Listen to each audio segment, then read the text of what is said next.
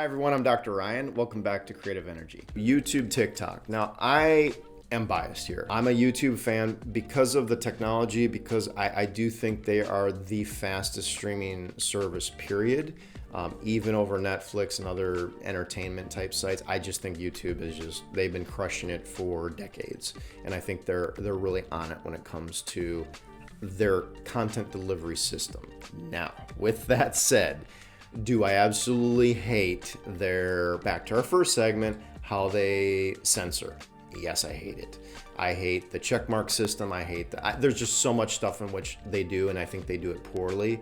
But it's owned by Google. They're doing what they want.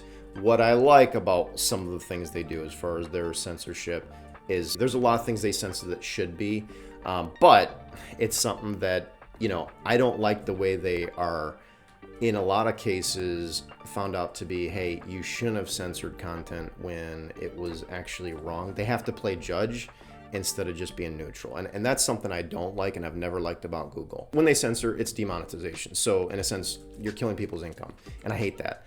There's a lot of people that I've followed in the past, and some of them that were, in a sense, censored and demonetized. And all of a sudden, they're the way they live is taken from them, and that's terrible. I want to talk about TikTok because of the fact, what I like about TikTok, it has a massive under 18 following. And actually that segment that I think is a really tough segment to get, that 18 to 24 segment, is also very lucrative for TikTok.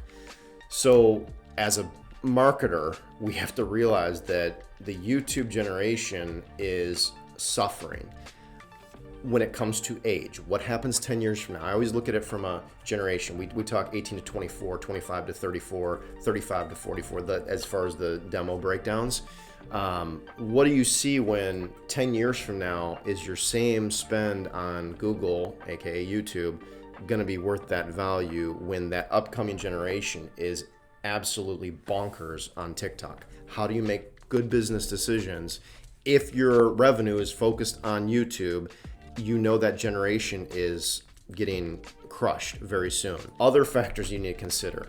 TikTok is not in the greatest, space with the US government. ByteDance, which is a China-owned company, there's claims that they're, monitoring what users are doing. It's not a pretty scene. Do you want to put all your eggs in the basket of TikTok and say, we're going to go on in TikTok and we're going to screw YouTube? I wouldn't do that. And that's because of my most important point that I want to make about YouTube coming up.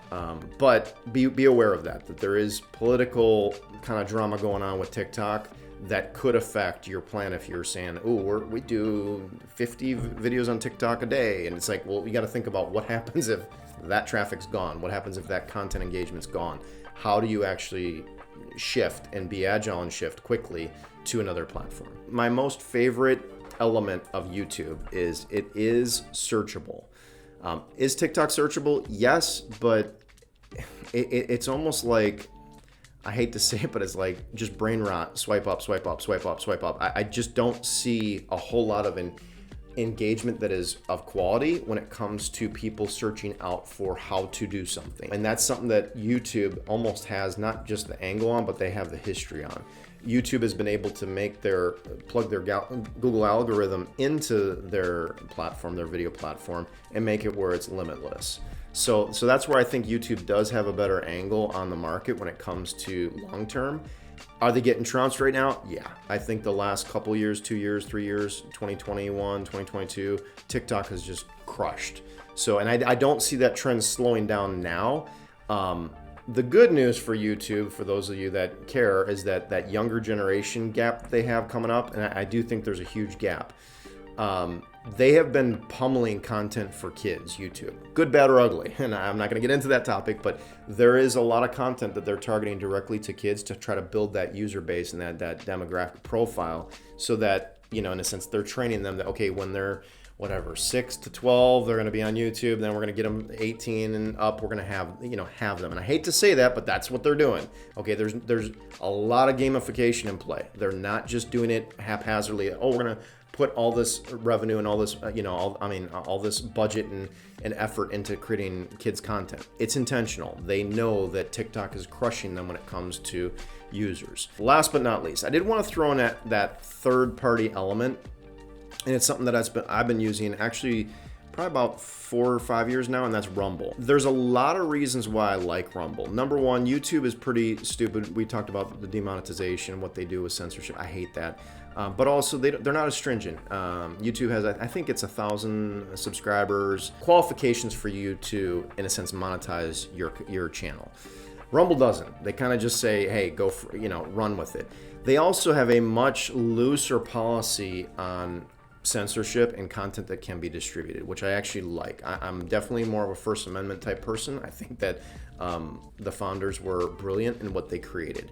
So I do think that Rumble adheres more to that, whereas YouTube, Google, I'm not even sure what they're doing sometimes. So that's where I think Rumble, if you're looking at it from an organization standpoint, especially if it's more of we just want really good content hosting and we want to put our content out there, I do think Rumble makes sense. Now, is Rumble even in the league with YouTube? No. Okay. Is their algorithm as powerful? No. There's a lot of things that are not. YouTube offers 8K. I would say that Rumble, because of their compression, I think the videos do look a little bit sharper. A lot of people have talked about how the aliasing is much tighter on Rumble. I actually agree with that. I think YouTube, because they're getting so much content shoved up each day, each second, that I think they kind of let the compression slide a little bit. So I'd say Rumble has some benefits, even though YouTube offers, I think they offer 8K now. There's some delineation there that I would say make a wise choice based on your audience, based on your business and your core values on which one you should do. My recommendation is do both. Okay, I don't think that the level of effort to put out 2 pieces of content that is very similar on 2 different channels is a bad thing. Also, there's another thing is that there aren't as many ads on Rumble. They probably will monetize at some point and make it where there is an ad framework in Rumble. It just makes sense. People said, oh, YouTube would never have ads. Now I get an ad all the time on YouTube and it drives me nuts. Rumble, that's one of the other big advantages that I can see. User patience, and that's honestly, that's probably more, I wish YouTube would focus more on that rather than creating kids content. I think they should actually say, hey, you know what, let's just really honor our users currently and be less annoying, or make it where, I don't know, just their monetization system is less. I do think though that YouTube is crushing it. I think the top 10 YouTube revenue builders from an independent content influencer standpoint is like, if you add up like the top 1,000 TikTokers, it doesn't even equal like one of the top YouTubers. So YouTube is a much more mature platform. TikTok is doing what TikTok can. They do have a massive following and users are just flooding to the platform, especially that younger demographic.